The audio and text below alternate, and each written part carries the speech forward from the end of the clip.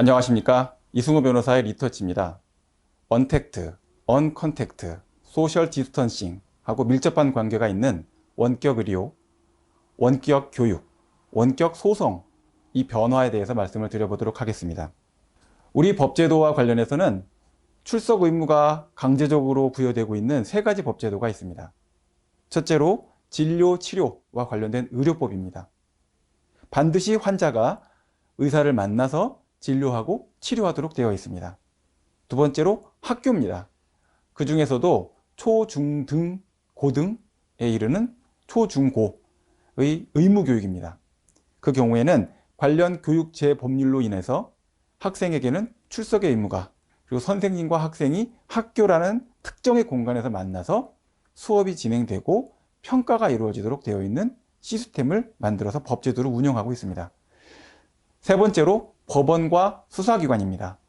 형사소송법, 민사소송법이라는 법률에 기반하여서 반드시 당사자가 출석을 하거나 당사자의 대리인이 될 수 있는 변호사가 출석을 해야지만 재판과 모든 수사 절차가 진행될 수 있도록 하는 강제적 출석 의무를 부과하고 있습니다. 자, 이것이 현재 제가 파악하고 있는 가장 주요한 출석 의무가 부여되어 있는 법제도입니다. 이것이 언택트, 언컨택트를 요구하는 사회의 현상과 부딪히게 됩니다. 인간과 인간의 접촉을 당연히 하던 시대에서 다중과 인간 개인이 인간 개인과 접촉하는 것을 기피할 수밖에 없는 시대로 들어가고 있습니다. 대중이 밀집하는 병원의 접근도 제한되고, 대중이 접근할 수 있는 학교, 개별 학교의 접근도 제한되고 있습니다. 또한 법원의 수사기관과 법원의 재판도 아직까지는 어쩔 수 없이 여러 가지 안전장치를 걸어서 직접 출석 의무를 부과하고 있긴 하지만 현재 이미 법원에서는 민사소송 규칙을 일부 개정해서 언택트, 사회에 적응할 수 있는 규정을 마련했습니다. 민사소송 절차에 따라서는 준비기일에 한하여 법정에 출석하지 않고 화상으로서 재판이 진행될 수 있도록 하는 규정을 마련해 놓은 상태에 있습니다.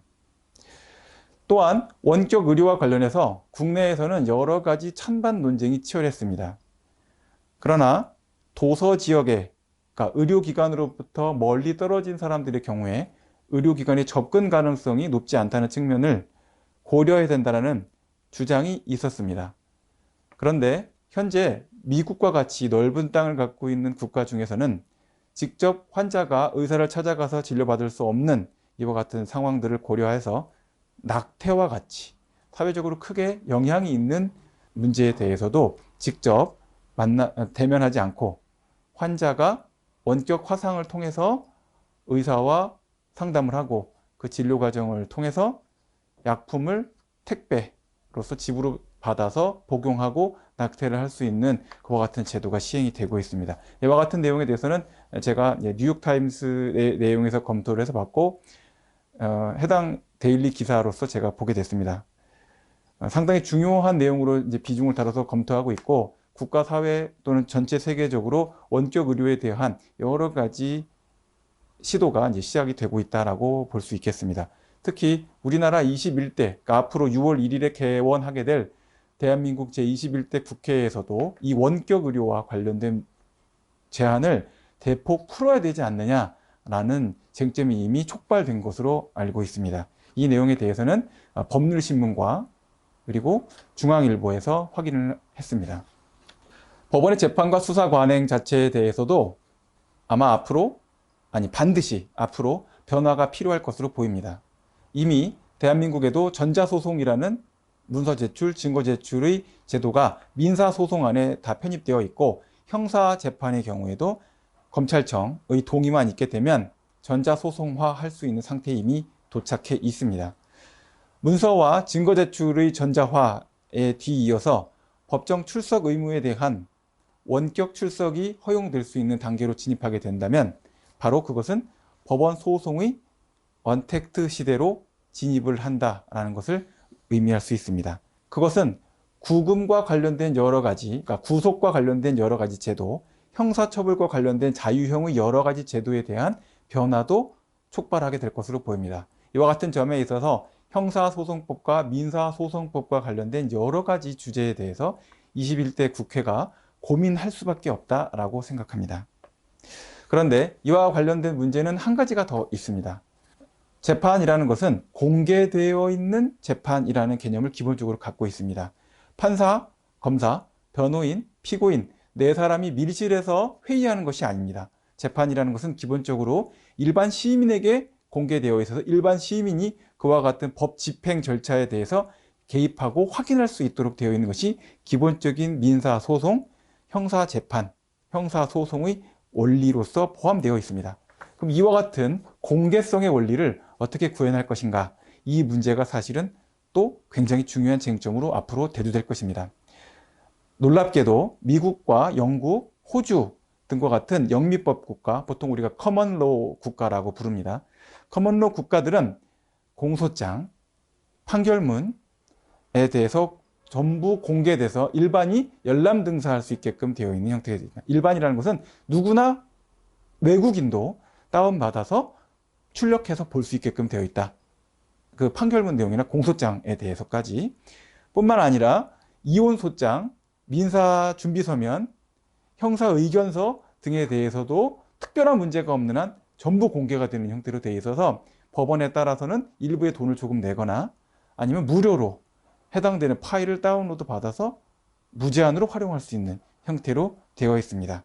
자, 이와 같은 점에 있어서 더 나아가서 법정에서의 재판 과정에 대해서도 유명한 여러 가지 사건들을 포함해서 많은 사건들이 언론을 통해서 촬영이 허용돼서 재판 과정 자체, 판사의 재판 지휘, 판결 선고, 판결을 선고하게 된 이와 같은 이유에 대해서도 설명하는 영상이 촬영이 돼서 공개적으로 방송화되고 공유되고 있고 실제 현재로도 인터넷에 검색할 수 있는 형태로 보유되고 공개되고 있습니다. 자, 이와 같은 형태의 재판 결과, 재판 진행과 관련된 여러 가지 문서와 영상들의 공개에 대한 문제가 앞으로 영상을 통한 원격 소송과 관련된 문제가 됐을 때 그 원격으로 녹화되는 그곳이 밀실화되지 않기 위해서 반드시 필요하다라는 법률적 논쟁도 촉발될 가능성이 매우 높다고 생각합니다. 자, 이 점에 있어서 재판의 공개성과 원격의 필요성, 언택트의 필요성 두 가지의 절충점이 굉장히 많이 필요할 수 있을 것이다 라고 할 것입니다. 자, 그 다음에 마지막으로 우리가 원격이라는 문제, 언택트라는 문제에 금기시했었던 또 하나의 영역, 교육의 문제가 있습니다. 사실 교육과 관련해서 사교육 시장, 특히 공교육 중에서도 EBS라는 프로그램을 통해서 이미 언택트라는 것은 상당 부분 접근되어 있었습니다. 다만 가르치는 사람과 배우는 사람 자체의 직접적인 인터랙션, 교환이 이루어지느냐의 측면에서 언택트는 아니었습니다. EBS는 일방적으로 공급을 하는 온라인 주체였고 학원들 같은 경우에는 그와 같은 공간을 직접적으로 이용하는 것을 기피할 이유가 없었기 때문에 지금까지는 언택트라는 것을 별로 고려하지 않고 직접 학생을 불러서 의무를 부과하고 가르치는 방향으로 해왔습니다. 그러나 이제 지금까지 생각했던 것과 달리 초중고등학교의 의무교육의 출석 의무가 앞으로도 계속 유지될 수 있을지, 또 그 현재까지처럼 학교라는 공간으로 무조건 출석해야 된다는 것에 대해서 거부하는 학부모와 학생을 과연 과거와 같이 강제적으로 설득해서 출석하게끔 만들 수가 있을지, 또 그 명분 자체에 대한 다툼 자체가 과거처럼 학교나 국가기관의 설득력이 더 높다라고 사회가 받아들일 수 있을지에 대해서도 여러 가지 문제가 있을 것입니다. 더군다나 우리나라의 공교육의 여러 가지 문제들 중에서 우리가 많이 고민했던 부분, 과연 공교육의 소비 주체, 공교육의 소비자가 학생인가, 학부모인가, 국가인가, 기업인가, 이 문제에 대해서 사실 이 문제가 논의될 수밖에 없는 영역에 들어왔습니다. 또 학교, 학년이라고 해서 아주 잘게 쪼개진 형태로 나누어져 있었던 공교육 시스템, 체계적이라고 볼 수도 있지만 굉장히 안 좋게 말하면 획일적이라고 볼 수 있던 그와 같은 공간과 교육 방식, 교육 내용 자체가 앞으로의 시대의 소비자가 생활을 해야 될 소비자인 학생들에게 적합한가? 그리고 그것을 전달하는 교사의 경쟁력은 어떠한가? 이런 문제와 관련해서 심각한 사회적인 인식 상태로 전환이 되고 있습니다. 학교 교사의 수업은 영상으로 전달되면서 매 시간 학생과 학부모에 의해서 평가되고 그 수업 내용 자체는 다른 여러 가지 온라인 영상의 교육 방식에 담겨져 있는 컨텐츠들과 비교되고 있습니다. 자, 이와 같은 점에 있어서 학부모도 학교 교사에 대한 수업을 평가하게 되고 다른 수업과 비교하지 않을 수 없게 되었습니다.